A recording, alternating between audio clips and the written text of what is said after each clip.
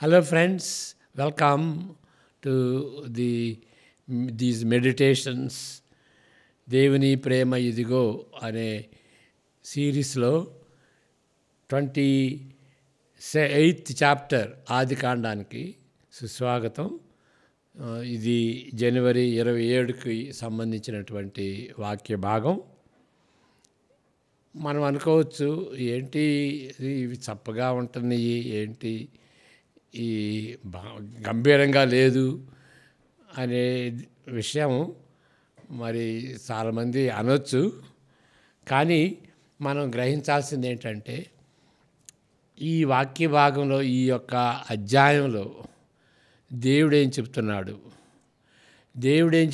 అని ఎట్లా తెలుసు అంటే, ఈ గ్రంథకర్త ఏం చెప్తున్నాడు అని తెలుసుకోవాలి. గ్రంథకర్త చెప్పింది దేవుడు చెప్తున్నాడు.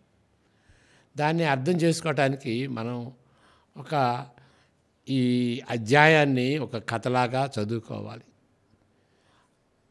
ఇది రాసినప్పుడు చాప్టర్స్ కానీ వర్సెస్ కానీ లేవు కదా, అదంతా ఒక కథలాగా రాసినటువంటి పరిస్థితి అన్నమాట. ఈ సంఘటన అంతా కూడాను ఒక కథలాగా చెప్పబడింది. అంతేగాని ఒక వాక్యం, ఒక అధ్యాయం అని ఆ విధంగా డివైడ్ చేయలేదు. ఆ విధంగా మనం చదవాలి. చదివి ఇప్పుడు 28వ అధ్యాయం అనుకోండి, ఆదికాండం. ఇది చదివి దానిలో ఉన్నటువంటి అంశాలు ఏంటి, ఆ అంశాలు ఏ విధంగా కనెక్ట్ చేయబడుతున్నాయి అని ఒక అవుట్లైన్ లాగా మనం పెట్టుకోవాలి. రెండవదిగా ఏంటంటే, ఈ అంశాలన్నిటిలో మరి ఒక అంశాన్ని సెలెక్ట్ చేసుకోవాలి. ఎందుకంటే అన్ని అంశాలన్నిటి గురించి మనం చర్చించుకోవటానికి హాఫ్ అన్ అవర్ చాలదు. కాబట్టి దానిలో ఒక అంశాన్ని సెలెక్ట్ చేసుకోవాలి. ఆ అంశాన్ని తీసుకుని ఆ అధ్యాయంలోనే ఏ విధంగా ఆ అంశానికి సపోర్టివ్గా ఉండేటువంటి ఆలోచనలు ఏంటి అని మనం గ్రహించుకోవాలి. అంటే ఆ అధ్యాయానికి పరిమితమై ఉండాలి. అదంతా ఆ అధ్యాయాన్ని స్టడీ చేసిన తర్వాత దీనిలో ఉన్నటువంటి సారాంశం ఏంటో తెలుసుకుని అప్పుడు వేరే అధ్యాయాలకు కానీ, వేరే రిఫరెన్స్లు కానీ, వేరే వ్యక్తులు చెప్పిన దానికి వెళ్ళొచ్చు. ఈ సారాంశాన్ని వేరే వ్యక్తి కూడా అదే విధంగా చెప్పాడు అని అప్పుడు పోల్చుకోవచ్చు. కొన్నిసార్లు వేరే వ్యక్తి మరి దీనికి వ్యతిరేకంగా చెప్పినట్టుగా ఉంటుంది కదా అని అనుకోవచ్చు. ఆ సందర్భంలో వ్యతిరేకంగా చెప్పాడు, కానీ ఈ సందర్భంలో ఈయన ఇది చెబుతున్నాడు అని మనం తలంచాలన్నమాట. కాబట్టి ఈ గ్రంథకర్త ఏం చెబుతున్నాడు అనేది మన మెయిన్ ఐడియా. దాన్ని ఏమంటారంటే the intention of the author. చాలా ముఖ్యమన్నమాట. బైబిల్ చదివేటప్పుడు పరిగేరుకున్నట్టుగా ఒక వచనం ఇక్కడ, ఒక వచనం అక్కడ, ఒక వచనం ఆదికాండం నుండి, ఒక వచనం మత్తయి సువార్త నుండి అట్లా చెప్పుకుని దాని నుండి మనం ఇంటర్ప్రెట్ చేయటం ఆ విధంగా సరైనది కాదన్నమాట. అంటే మన ఆలోచన తీసుకుని మన ఆలోచనకి రుజువుగా ఆ వాక్యాలు వాడుకున్నట్టుగా ఉంటుంది. దాన్ని ఐసిజీసిస్ అంటారు. అంటే మన అర్థాన్ని దానిలో పెడుతున్నాం, ఆ వాక్యంలో పెడుతున్నాం. ఎక్సిజీసిస్ అంటే ఏంటంటే ఆ వాక్యం తీసుకుని వాక్యంలో ఏమున్నది అని అర్థం చేసుకోవటం, దానిలో దాగి ఉన్నటువంటి అర్థాన్ని స్పష్టం చేయటం, దాన్ని ఎక్సిజీసిస్ అంటారు అన్నమాట. ఆ విధంగా మనం అర్థం చేసుకోవాలి. అది కొన్నిసార్లు ఆ యొక్క అంశం, ఆ యొక్క సందేశం గంభీరంగా ఉండొచ్చు, గంభీరంగా ఉండకపోవచ్చు. ఓవరాల్గా గంభీరంగా ఉండొచ్చు, కానీ ఆ అధ్యాయంలో ఒక చిన్న అంశం ఏంటి అని మనం చర్చ తీసుకోవచ్చు అన్నమాట. కాబట్టి మనం ఎప్పుడు కూడాను ఆ గ్రంథకర్త ఏం చెబుతున్నాడు ఆ వాక్యాన్ని బట్టి, ఆయన ఇచ్చేటువంటి సందేశం ఏంటి అని మనం గ్రహించుకోవాలి. అప్పుడే అది దేవుని సందేశంగా మనం అర్థం చేసుకుంటాం. ఇంకోటి ఏంటంటే, ఎప్పుడు కూడాను దేవుడు ముందేం చేశాడు, దాన్ని స్పందిస్తూ మనమేం చేయాలి అనేది మనం దృష్టిలో పెట్టుకోవాలి. ఎందుకంటే ఒక అధ్యాయంలో మనం ఏం చేయాలనేది ఉండినా కానీ ఎప్పుడు కూడాను దేవుడు ఏం ముందుగా చేశాడో దానికి స్పందిస్తూ మనం ఇది చేయాలి అనేది ఉండాలి. అది కాకుండా మనం చేయాలి అనే దాని మీద కేంద్రీకరిస్తూ ఉన్నప్పుడు గంభీరంగా ఉండొచ్చు, బల్లగుద్ది చెప్పొచ్చు, బిగ్గరగా చెప్పొచ్చు, ప్రభావవంతంగా భలే చెప్పాడురా అని ఉంటుంది. కానీ ఎప్పుడు కూడాను గమనించండి, అది కర్మ సిద్ధాంతానికి దారితీస్తుంది. మనం చేశాడు కాబట్టి దేవుడు చేస్తాడు అనేటువంటి విషయం అన్నమాట. అది ఒక విధంగా అది పాపమే. ఎందుకంటే మనం చేస్తే దేవుడు చేశాడు అంటే మన యొక్క రక్షణ స్వనీతి కార్యాల మీద ఆధారపడి ఉన్నట్టుగా ఉంటుందన్నమాట. కాబట్టి కొంచెం మనం జాగ్రత్తగా ఉండాలి. గంభీరంగా ఉన్నంత మాత్రాన, ప్రభావవంతంగా చెప్పినంత మాత్రాన అది వాక్యం చెబుతుందా? వాక్యం ఇప్పుడు మన పాప స్వభావం ఏంటి అంటే మనం చేయాలి అనేది. అది పాపానికి సంబంధించింది. మనం చేసేది ఏంటి? దేవుడు చేసిన దానికి మనం స్పందించుతూ ఏం చేయాలి అనే ఆ క్రమంలో మనం ఎప్పుడు కూడాను చెప్పాలన్నమాట. క్రైస్తవ జీవితం అనేది కృతజ్ఞతా జీవితం. దేవుడు చేశాడు కాబట్టి దాన్ని స్పందిస్తూ మనం జీవించాలి. ఆయనకి అనుకూలంగా, ఆయన సంతోషపెట్టేటువంటి రీతిగా మనం చేయాలి అనేటువంటి విషయం అన్నమాట. ఇప్పుడు ఆదికాండం 28. ఆదికాండం 28 సందర్భం ఏంటి? 27లో మనం చూసేది ఏంటంటే, అక్కడ యాకోబు ఏశావుని మోసం చేసి ఆ జ్యేష్ఠపుత్రత్వాన్ని పొందాడు. ఇస్సాకు ఆయన్ని ఆశీర్వదించాడు. 27 మరి ఇక్కడ 27లో మనం చూస్తాం. 27లో ఇదిగో నా కుమారుని సువాసన యెహోవా దీవించిన చేని సువాసన వలెనున్నది. ఆకాశమందును భూసారమును విస్తారమైన ధాన్యమును ద్రాక్షారసమును దేవుడు నీకు అనుగ్రహించును గాక. 29వ వచనం, జనములు నీకు దాసులగుదురు, జనములు నీకు సాగిలపడుదురు, నీ బంధుజనులకు నీవు ఏలికవై యుండుము, నీ తల్లి పుత్రులు నీకు సాగిలపడుదురు, నిన్ను శపించువారు శపించబడుదురు, నిన్ను దీవించువారు దీవించబడుదురు గాక అని ఆ విధంగా ఇస్సాకుని యాకోబు దీవించాడు. మరి ఏశావు సంగతి ఏంటి?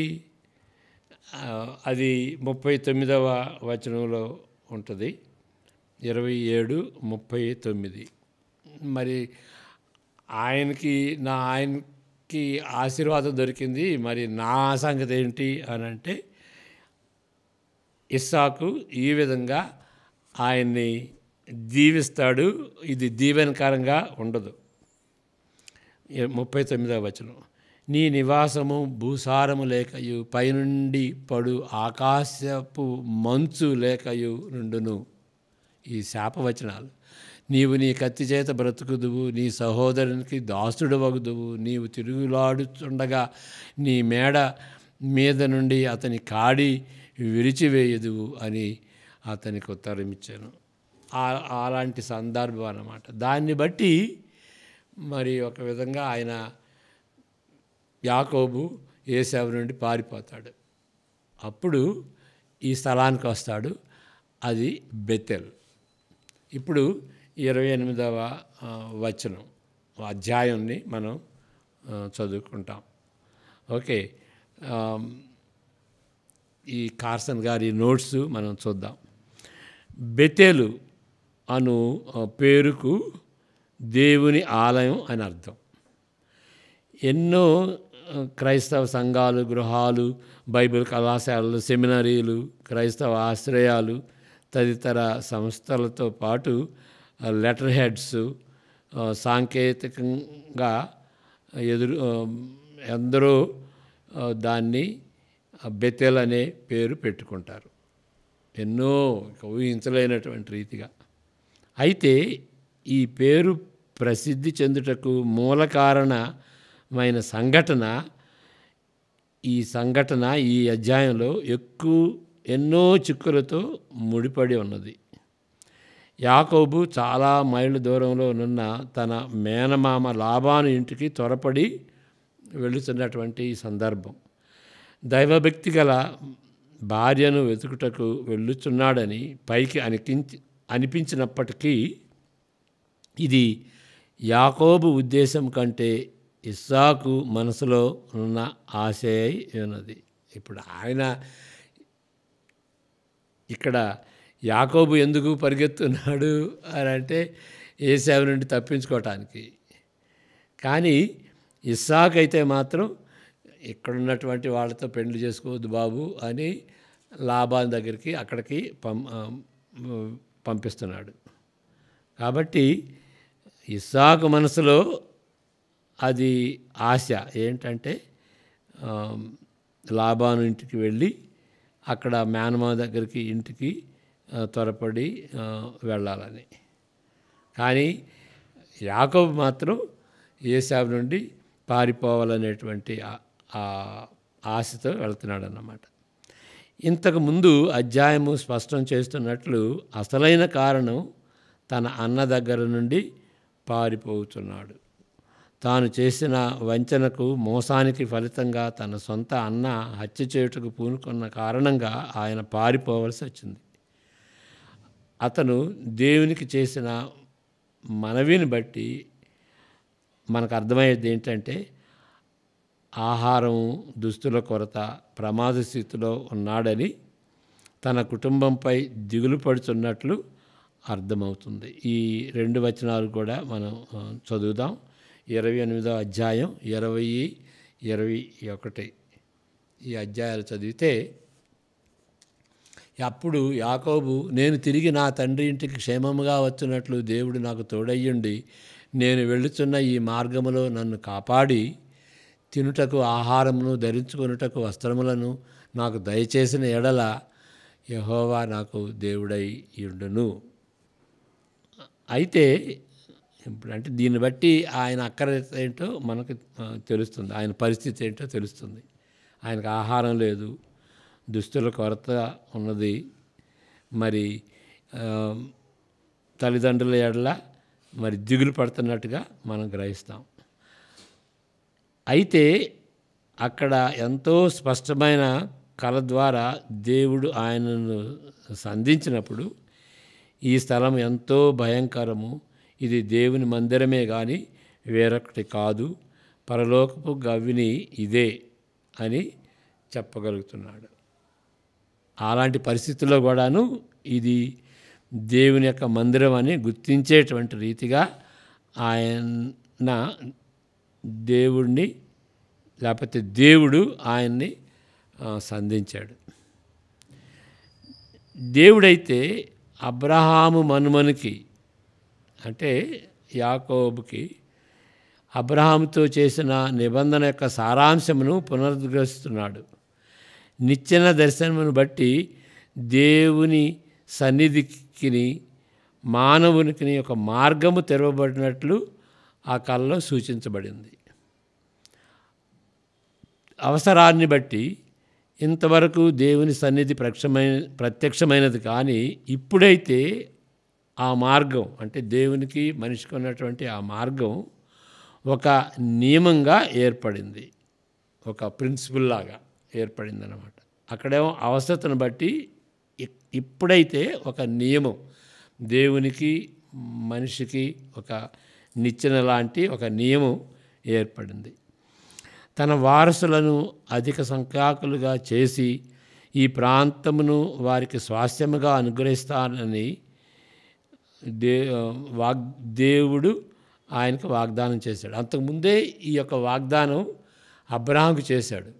అబ్రహాముకు చేసినటువంటి ఆ వాగ్దానాన్ని యాకోబుకి మరలా గుర్తు చేస్తూ ఉన్నట్టుగా ఉన్నదన్నమాట. అంతేకాదు చిట్ట చివరకు వర్తించే వాగ్దానం అని, అంటే ఆయన ద్వారా అనేకులు ఆశీర్వదింపబడతారనేటువంటి ఆ చివరి అప్లికేషన్ అన్నమాట. వర్తించే వాగ్దానం అని, ఇతరులకు వర్తిస్తుందని, అంటే ఆయనకే కాదు, ఆయన కుటుంబానికే కాదు, ఆయన సంతానమైనటువంటి ఇశ్రాయేలుకే కాదు, మరలా అందరికీ అన్య జనులకు వర్తిస్తుందనేటువంటి ఆ యొక్క వాగ్దానం మరలా దేవుడు అతనికి సెలవిస్తున్నాడు. భూమి యొక్క వంశములన్నీ నీ మూలముగాను నీ సంతాన మూలముగాను ఆశీర్వదింపబడును. 14వ వచనంలో ఉంటుంది. వ్యక్తిగతంగా కూడా, అంటే ఇతరులకు ఆశీర్వాద కారణంగా ఉండటమే కాదు, ఆయన కూడా ఆశీర్వదింపబడతాడు. వ్యక్తిగతంగా కూడా యాకోబును ఎడబాయనని కూడా వాగ్దానం చేస్తున్నాడు. ఇక్కడ 15వ వచనంలో ఏముంటుంది కదా, ఇదిగో నేను నీకు తోడయ్యుండి నీవు వెళ్ళు ప్రతి స్థలమందు నిన్ను కాపాడుచు నీ దేశమునకు నిన్ను మరలా రప్పించదను. నేను నీతో చెప్పినది నెరవేర్చే వరకు నిన్ను విడువను అని దేవుడు యాకోబుకి వాగ్దానం చేశాడు ఈ 15వ వచనంలో. ఇక్కడ తన కల నుండి మేల్కొని యాకోబు బలిపీఠం కట్టి అప్పుడు దానికి బేతేలు అని పేరు పెట్టాడు. అయినప్పటికీ ఆయనలో అంతగా మార్పు కనిపించదు. అక్కడ బలిపీఠం కట్టాడు, అది దేవుని స్థలం అని అనుకున్నాడు, బేతేలు అని పేరు పెట్టినప్పటికీ ఆయన అక్కడ వీలర్ డీలర్ అంటారు, అంటే యుక్తిగా తప్పించుకునే వ్యక్తిగా అంతకుముందు ఉన్నట్టుగానే ఇప్పుడు కూడా ఉంటాడన్నమాట. దేవుడు ఇది అది చేసి తన ఆశలకు తగినట్లు తన పరిస్థితి నుండి విడుదల కలిగించిన ఎడల కండిషన్ పెడతాడు. అప్పుడు యెహోవా నాకు దేవుడయ్యుండును అంటాడు. 21వ వచనం చదువుకుందాం. అప్పుడు యాకోబు, నేను తిరిగి నా తండ్రి ఇంటికి క్షేమముగా వచ్చున్నట్లు దేవుడు నాకు తోడయ్యుండి నేను వెళ్ళుచున్న ఈ మార్గంలో నన్ను కాపాడి తినుటకును ఆహారమును ధరించుకొనుటకు వస్త్రములను నాకు దయచేసిన ఎడల, కండిషన్, నాకు దయచేసిన ఎడల యెహోవా అప్పుడు నాకు ఆయన దేవుడిగా ఉంటాడు. ఓకే, యెహోవా దేవుడు, దేవుడు యెహోవా అంటే సజీవుడైనటువంటి దేవుడు. ఇందుని బట్టి మనం నేర్చుకునేది ఏంటి? ఇందుని బట్టి దేవుడు ఆయనను మొత్తలేదు. ఎందుకంటే మరి కండిషన్ పెట్టాడు కదా. ఇప్పుడు మనం ఎందుకు దేవుని నమ్ముతాము అంటే, కండిషన్ లేకుండా నమ్ముతాము అంటే, యేసు ప్రభు మన పక్షాన మరణించాడు కాబట్టి, ఆయన సువార్తను బట్టి మనం నమ్ముతాం. ఇక కండిషన్ ఏం లేదు. అది చేస్తే అది చేసేసాడు ఆయన, అది చేశాడు కాబట్టి మనం ఆయన్ని వెంబడిస్తాం, ఆయన్ని నమ్ముతాం. ఇక్కడ బేరమడినట్టుగా ఉంటుంది అది చేస్తేనే అని. అయినా కానీ దేవుడు కృపగలిగినటువంటి దేవుడు ఆ కండిషన్ పెట్టాడు కాబట్టి, ఆయన విశ్వాసంలో కొరత ఉంది కాబట్టి అని ఆయన్ని మొత్తలేదు. ఆయన కథ సాగుతూనే ఉన్నది. తాను వాగ్దానం చేసిన వాటికంటే ఉన్నతంగా దేవుడు చేస్తున్నాడు. ఓకే, ఆయన ఏదో నేను నీకు దేవుడిగా ఉంటాను ఆయన అన్నాడు, కానీ దేవుడు ఆయన ఎడల చేసింది చాలా ఉన్నతంగా ఉంటుంది. యాకోబు పెట్టిన షరతులన్నిటినీ దేవుడు నెరవేరుస్తున్నాడు. అది దేవుని యొక్క కృపను బట్టి చేస్తున్నటువంటి దేవుని కృపాకార్యాలు. లేఖనాల్లోని గొప్ప అంశాల్లో ఇది ఒకటి. ఒకటి అంటే, మనం ఉన్న పరిస్థితుల్లోనే దేవుడు మనలను సంధిస్తాడు. అది మనం ఏదో గొప్పగా పరిశుద్ధులుగా ఉన్నప్పుడు అప్పుడు దేవుడు మనల్ని సంధిస్తాడు అనేటువంటిది కాదు. మనం ఉన్న చోట, మన బెతెల్లో యాకోబు ఉన్నటువంటి పరిస్థితి కండిషనల్గా నేను చెప్తాను. ఇప్పుడు పెద్ద భక్తుడేం కాదు, ఈ పరిస్థితుల్లో యాకోబు పెద్ద భక్తుడేం కాదు, కానీ దేవుడు సంధించాడు. ఇది మనకున్నటువంటి పరిస్థితుల్లోనే దేవుడు మనల్ని సంధిస్తాడు అనేది బైబిల్లో ఒక గొప్ప అంశం. అస్థిరత్వంలోనూ, అంటే మనకు సెక్యూరిటీ లేనప్పుడు షరతులతో కూడిన విధేయత. ఇప్పుడు యాకోబు చెప్పినటువంటి రీతిగా ఆయన షరతులు పెట్టాడు కదా, ఆయన చేస్తే నేను విధేయుడిగా ఉంటాను అనేటువంటి తీరులో ఉంటుంది. మరలా కొంత నమ్మిక, కొంత అపనమ్మిక. కొన్నిసార్లు నమ్ముతాం, కొన్నిసార్లు నమ్మం. ఆ నమ్మేదాంట్లో కూడాను ఏదో కొరత ఉంటుంది. ఒక ప్రక్క స్వార్థం, మరొక ప్రక్క దేవుడు ఎంతో నా ఎడల గొప్ప కార్యం చేశాడు అని ఆశ్చర్యం. ఓకే, ఒక ప్రక్క స్వార్థం ఉంటుంది, ఒక ప్రక్క దేవుడు చేసినటువంటి కార్యాల ఎడల ఆశ్చర్యం ఉంటుంది. ఒక ప్రక్క తెలివి, మరొక ప్రక్క తెలివి తక్కువతనం. అంటే మనం పర్ఫెక్ట్గా ఉండవు. ఇలాంటి పరిస్థితుల్లో కూడా దేవుడు మనల్ని సంధిస్తాడు. గొప్పవారికి, ప్రసిద్ధి చెందిన వారికి మాత్రమే కాదు దేవుడు తనను తాను బయలుపరుచుకునేది. మనకందరికీ, ఇలాంటి పరిస్థితుల్లో ఉన్నటువంటి వాళ్ళందరికీ, మనకందరికీ మన బేతేలు దగ్గరే మనకు ప్రత్యక్షమవుతాడు అని మనం గ్రహించుకోవాలి. మన బలహీనతల్లో మనం ఆ విశ్వాసంలో కొట్టుకులాడుతున్నప్పుడు మన పరిస్థితుల్లోనే మనం ఆయన వైపు చూస్తే ఆయన మనల్ని సంధిస్తాడు అని గ్రహించుకోవాలి. కాబట్టి నేను పర్ఫెక్ట్గా ఉన్నాను కాబట్టి ఆయన నన్ను సంధించాడు అనకూడదు. అని పర్ఫెక్ట్గా ఉండాలని అని ఆశించకుండా ఉండకూడదని కూడా కాదు. అంటే దేవుడు అలాంటి దేవుడు. మన ఇన్పర్ఫెక్షన్లో మనం ఎక్కడైతే ఉన్నామో, ఏ పరిస్థితుల్లో ఉన్నామో అక్కడ సంధించేటువంటి దేవుడు. అది బెతేలు యొక్క పరిస్థితి. బెతేల్ అంటే ఆ యొక్క సందేశాన్ని మనకిస్తుందని మనం గ్రహించుకుందాం. ఆశీర్వాదం. May the grace of the lord Jesus Christ, the love of the father and the fellowship of the Holy Spirit be with each one of us. May the Lord God bless you and protect you, guard you. May He cause His face to shine upon you and be gracious to you. May He cause His countenance to shine upon you and give you peace, to you and to your family and to all those with whom you are associated now and all the days to come. Amen. God bless you.